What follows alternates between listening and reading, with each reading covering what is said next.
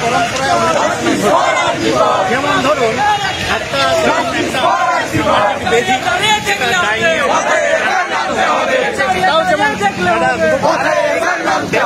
এই ধরনের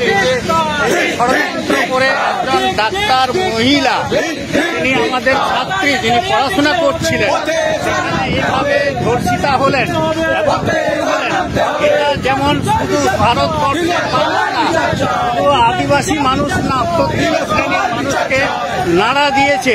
এবং এই ঘটনাটা বিদেশেও এটা চলে গেছে যে দরকার মানুষের। আমরা আদিবাসী সমাজ হিসেবে আমরা বার্তা দিতে চাই, এটা আমরাও আছি, আপনার পাশে আছি এবং ডাক্তারদের পাশে আছি। এই জন্যই আজকে আমরা এই পথ পরিক্রমা আমরা করছি এবং এটাই আমরা বলতে চাই। তবে পশ্চিমবঙ্গের যে কোনো জায়গায় যে ধরনের মালদা থেকে শুরু করে দক্ষিণবঙ্গে সব জায়গায় এটা হচ্ছে এবং এটাও যেমন আমাদের এখানে দেখা যাচ্ছে, আপনি দেখতে পাবেন যে আমাদের আর্থিক ছাড়াও এবং আদিবাসীদের উপর যে অত্যাচার হচ্ছে তার প্রতিবাদেও আমরা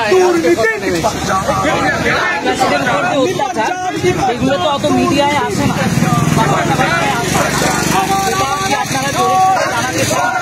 অবশ্যই আমরা চাই সর্বস্তরের মানুষ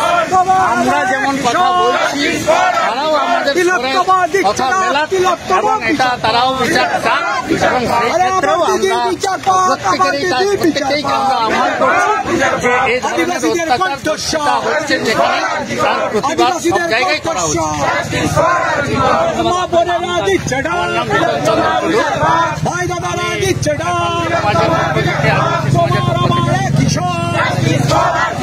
আদিবাসীদের কণ্ঠস্বর, সব আদিবাসীরা কিশোর, মা বোনেদের কিশোর, দাদা ভাইয়ের কিশোর, আদিবাসীদের তুমিও চাই আমিও চাই তিলোত্তমার বিচার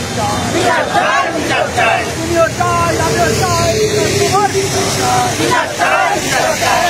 চাই, বিচার চাই আমার দিদির বিচার চাই, আমার দিদির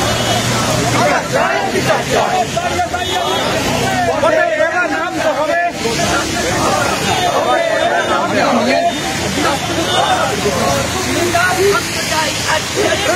চাই।